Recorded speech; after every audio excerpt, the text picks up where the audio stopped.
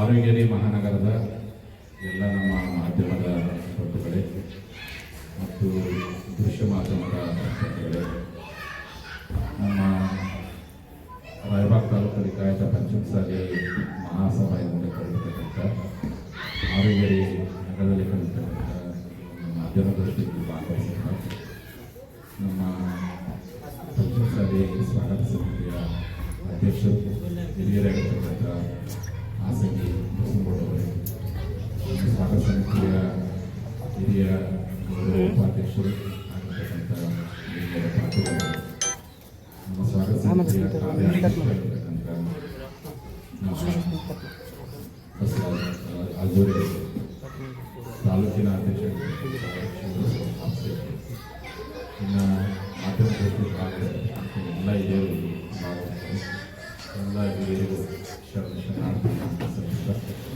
ಈ ಒಂದು ಮಾಧ್ಯಮಗೋಷ್ಠಿಯ ಮೂಲ ವಿಷಯ ಏನಂದರೆ, ನಮ್ಮ ರಾಯಬಾಗ್ ತಾಲೂಕಿನ ಆರೋಗ್ಯದ ಎಲ್ಲ ಮಾಧ್ಯಮಗಳು ಗೊತ್ತಿರೋ ಹಾಗೆ ನಿಮ್ಮ ಸಂರಕ್ಷಣದಲ್ಲಿಯೇ ಆರೋಗ್ಯದಲ್ಲಿ 20ನೇ ತಾರೀಕು ಸಮಾವೇಶ ಮಾಡುವಂಥದ್ದು ಹಿರಿಯ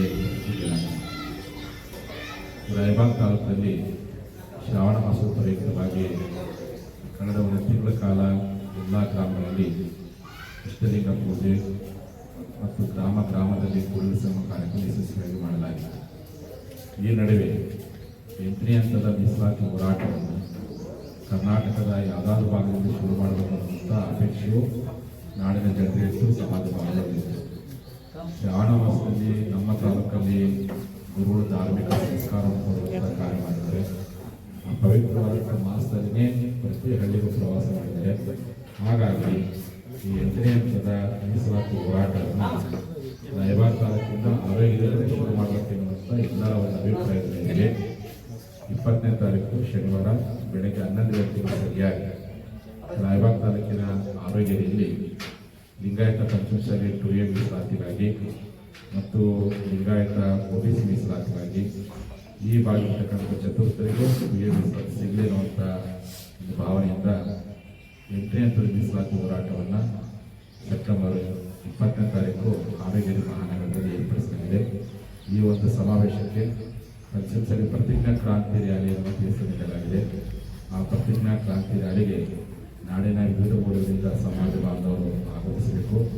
ಮುಖ್ಯವಾಗಿ ನಮ್ಮ ಬೆಳಗಾವಿ ಜಿಲ್ಲೆಯ ಎಲ್ಲ ನಮ್ಮ ತಾಲೂಕಿನ ಎಲ್ಲ ನಮ್ಮ ಜಿಲ್ಲೆಯ ಸಮಾಜ ಬಾಂಧವರು ಸಾವಿರಾರು ಸಂಖ್ಯೆಯಲ್ಲಿ ಈ ಒಂದು ಸಮಾವೇಶಕ್ಕೆ ಆಗಮಿಸುವ ಮೂಲಕವಾಗಿ ಯಶಸ್ವಿ ನಿರ್ವಹಿಸಿಕೊಡಬೇಕು ಅಂತೇಳಿ ಈ ನಮ್ಮ ಕಮಿಟಿ ಪರವಾಗಿ ಇಚ್ಛೆಪಡ್ತೀನಿ. ಈ ಒಂದು ಸಮಾವೇಶದ ಉದ್ಘಾಟನೆಯನ್ನು ನಮ್ಮ ಹೋರಾಟ ಸಮಿತಿಯ ಸ್ವಾಗತ ಸಮಿತಿಯ ಅಧ್ಯಕ್ಷರು ವಿಜಯಪುರ ಶಾಸಕರಾದ ಬಸವರಾಜ ಪಾಟೀಲ್ ಅವರು ನೆರವೇರಿಸಿದ್ದಾರೆ. ಆ ಹೋರಾಟದಲ್ಲಿ ಭಾಗವಹಿಸಲಿಕ್ಕೆ ಜಿಲ್ಲೆಯ ಪ್ರಭಾವಿ ಸಚಿವೆಯಾಗಿರ್ತಕ್ಕಂಥ ಲಕ್ಷ್ಮೀ ಹೆಬ್ಬಾಳ್ಕರ್ ಅವರು, ಹಿರಿಯ ಸಹಕಾರಿ ಜನರು ಮಾಜಿ ಸಚಿವರಾಗಿರ್ತಕ್ಕಂಥ AB ಪಾಟೀಲ್ ಅವರು, ಮಾಜಿ ಸಂಸದರಾಗಿರ್ತಕ್ಕಂಥ ರಮೇಶ್ ಕತ್ತಿ ಅವರು, ಪ್ರಕಾಶ್ ಹುಕ್ಕೇರಿ ಅವರು, ಮಹೇಶ್ ಕುಮಟಳ್ಳಿ ಅವರು, ಶಶಿಕಾಂತ್ ನಾಯ್ಕ ಅವರು ಮತ್ತು ಈ ಜಿಲ್ಲೆಯ ವಿಶ್ವನಾಥ್ ಪಾಟೀಲ್ ಅನೇಕರು ಆ ಒಂದು ಹಿರಣ್ಣ ಕಡಾಡಿ, ಮುಖ್ಯವಾಗಿ ನಮ್ಮ ಸಂಸದರಾಗಿರ್ತಕ್ಕಂಥ ಹಿರಣ್ಣ ಕಡಾಡಿ ಅವರು ಎಲ್ಲರೂ ಸಹ ಆ ಹೋರಾಟದಲ್ಲಿ ಭಾಗವಹಿಸಬೇಕು ಅಂತೇಳಿ ಈಗಾಗಲೇ ಅವರು ಸಹಮತ ವ್ಯಕ್ತಪಡಿಸ್ತಾರೆ. ಉದ್ದೇಶ ಏನಪ್ಪ ಅಂದರೆ ನಿಮಗೆಲ್ಲ ಗೊತ್ತಿರ್ಬೋದು, ಈಗಾಗಲೇ ಪಂಚಮಸಾಲಿ ಮೀಸಲಾತಿ ಹೋರಾಟ ಕಳೆದ 5 ವರ್ಷಗಳಿಂದ ನಿರಂತರವಾಗಿ ಒಂದು ದಿನ, 1 ಗಂಟೆ, 1 ನಿಮಿಷ, 1 ಸೆಕೆಂಡು ವ್ಯರ್ಥ ಮಾಡಲಾರ್ದೇ ನಿರಂತರ ಹೋರಾಟ ಮಾಡಲಾಗಿದೆ. ಹಾಗಾಗಿ 2012ನೇ ಇಸ್ವಿಯಲ್ಲಿ ಮೊದಲನೇ ಹಂತದ ಹೋರಾಟ ಮಾಡಿದ್ವಿ.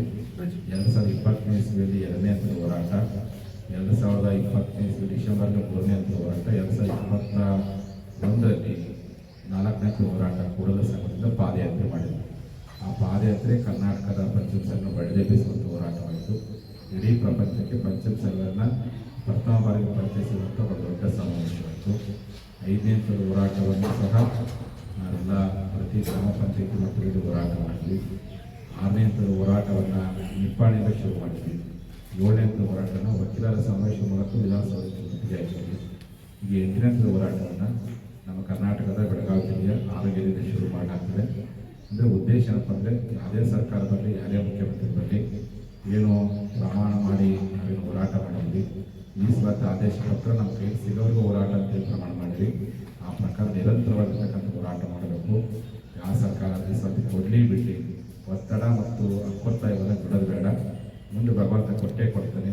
ಅದೇ ನಮಗೆ ಹಿಂದಿನ ಸರ್ಕಾರದಲ್ಲಿ 2D ಮೀಸಲಾತಿ ಘೋಷಣೆಯಾಗಿತ್ತು, ಆದರೆ ಕಾರಣಾಂತರಗಳಿಂದ ಅದು ಅನುಷ್ಠಾನಕ್ಕೆ ಬರಲಿಲ್ಲ.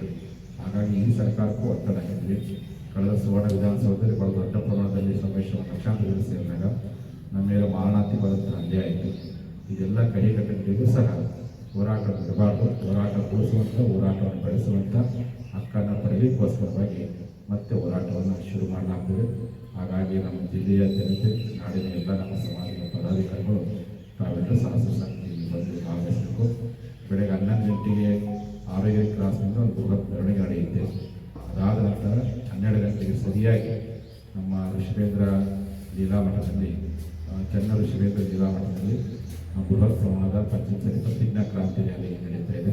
ಹಾಗಾಗಿ ಮಾಧ್ಯಮದವರು ಈ ಒಂದು ವರದಿಯನ್ನು ರಾಜ್ಯ ಮಟ್ಟದ ವರದಿಯನ್ನಾಗಿ ಮತ್ತೆ ಹೋರಾಟ ಶುರುವಾಗಿದ್ದ ಸಂದೇಶ ಕೊಡುವಂಥ ಸಂದರ್ಭ, ಜಾತಿಗಳಿದ್ದಿರುವಂಥ ಈ ವಿಪ್ಲವ ಸಂದರ್ಭದಲ್ಲಿ ಈ ಸಮಾಜ ಹೋರಾಟಕ್ಕೆ ಅಣಿಯಾಗಿರುವ ಸಂದೇಶವನ್ನು ಕೊಡುವಂಥ ಪ್ರಯತ್ನ ತಾವು ಮಾಡಬೇಕು ಅಂತೇಳಿ ಮತ್ತೊಂದು ಮೀಟು ಮಾಡ್ಕೊಳ್ತಾ ಈ ಒಂದು ಹೋರಾಟ ಸಮಾವೇಶದ ಯಶಸ್ವಿಗೋಸ್ಕರವಾಗಿ ನಮ್ಮ ಅನೇಕ ಸಮಿತಿಗಳನ್ನು ಮಾಡಲಾಗಿದೆ. ಇಲ್ಲಿ ಸ್ವಾಗತ ಸಮಿತಿ, ಹಿರಿಯರು ಮತ್ತು ಪುರಸಭೆಯನ್ನು ಒಳಗೊಂಡ ಸ್ವಾಗತ ಸಮಿತಿಯನ್ನು ಖಜಾಂಚಿ ಹಾಗೆ ನಮ್ಮ ಹನುಮಂತ ಶೆಟ್ಟಿ ಅವರನ್ನು, ಕಾರ್ಯದರ್ಶಿಯಾಗಿ ನಮ್ಮ ಮುರುಗಪ್ಪ ತಕ್ಕಣ್ಣವರನ್ನು ಮಾಡಿ ಮತ್ತು ಇಡೀ ಕಟ್ಟಡ ಪ್ರದೇಶವನ್ನು ಮಾಡಲಾಗಿದೆ. ಜೊತೆಯಲ್ಲಿ ವಿವಿಧ ಸಮಿತಿಗಳು ಮಾಡಲಾಗಿದೆ. ದಾಸೋಹ, ಮೆರವಣಿಗೆ, ಬೈಕ್ ರ್ಯಾಲಿ ಮತ್ತು ಪ್ರಸಾದ ವಿತರಣಾ ಸಮಿತಿ, ಸ್ವಚ್ಛತೆ ಸಮಿತಿ ಮಾಡಲಾಗಿದೆ. ಎಲ್ಲರೂ ಸಹ ಸಕ್ರಿಯವಾಗಿದ್ದಾರೆ. ಹಾಗಾಗಿ ಸಮಾಜ ಬಾಂಧವರು ಇವೆರಡು ಸಮಾಜಕ್ಕೆ ಸರಿಯಾಗಿ ಇದು ನಿಮ್ಮ ತಾಲೂಕಿನ ಗೌರವ, ನಿಮ್ಮ ತಾಲೂಕಿನಲ್ಲಿ ಹೋರಾಟ ಶುರುವಾಗಿದ್ದರಿಂದ ಅದರ ಒಂದು ಯಶಸ್ಸನ್ನು ಕಾಣುವುದು. ಸುಮಾರು 10ರಿಂದ 20,000 ಹೆಚ್ಚು ಜನ ಸೇರಿ ಇನ್ನು ಕರ್ನಾಟಕದ 240 ತಾಲೂಕಿನ ಜನರಿಗೂ 224 ವಿಧಾನಸಭಾ ಕ್ಷೇತ್ರದ ಜನರಿಗೂ ಆರೋಗ್ಯ ಹೋರಾಟ ಮಾದರಿ ಹೋರಾಟ ಆಗುವಾಗ ಸರ್ಕಾರದ ಮನಸ್ಸನ್ನು ಪರಿವರ್ತನೆ ಮಾಡುವ ಹಾಗೆ ಹೋರಾಟಕ್ಕೆ ತುಂಬಬೇಕು ಅಂತೇಳಿ ಈ ಒಂದು ಮಾಧ್ಯಮಗೋಷ್ಠಿ ಮನವಿ ಮಾಡ್ತೀವಿ. ಬರುವಂಥ ಎಲ್ಲ ಭಕ್ತಾದಿಗಳಿಗೂ ಅದೇ ಮಟ್ಟದಲ್ಲಿ ದಾಸೋಹ ವ್ಯವಸ್ಥೆ ಮಾಡಿದೆ. ತಾವೆಲ್ಲ ಬರೋದು ಭಾಗವಹಿಸಿ ಅಂತೇಳಿ ಮನವಿ ಮಾಡಿಕೊಂಡು ಬೆಳಗ್ಗೆ 11 ಗಂಟೆಗೆ ನಡೆಯುವಂಥ ಒಂದು ಮೆರವಣಿಗೆಯಲ್ಲಿ ಸಮಾಜದ ತಾಯಿಯಂದು ಆರೋಗ್ಯ ಮಹಿಳಾ ಕದಿರ ವೇದಿಕೆ ಒಳಗವರು ತಲೆ ಮೇಲೆ ರೊಟ್ಟಿ ಇಟ್ಕೊಂಡು ಭಾಗವಹಿಸ್ತಾರೆ. ಯುವಕರು ಬೈಕ್ಗಳು ಭಾಗವಹಿಸ್ತಾರೆ. ಇಂಥ ಅರ್ಥಪೂರ್ಣ ಸಮಾವೇಶಕ್ಕೆ ತಾವೆಲ್ಲ ಸಾಕ್ಷಿ ಆಗಬೇಕು ಅಂತೇಳಿ ಮತ್ತೊಮ್ಮೆ ಮಾಧ್ಯಮಗೋಷ್ಠಿ ಮೂಲಕ ಮನವಿ ಮಾಡಿಕೊಂಡು ಮಾತನಾಡ್ತಾರೆ. ಜೈ ಲಿಂಗಾಯತ, ಜೈ ಪಂಚಮಸಾಲಿ. बोलो भगवान बसवेश्वर महाराज की जय। बोलो राष्ट्र माता कित्तूर रानी ಚೆನ್ನಮ್ಮ माता की जय।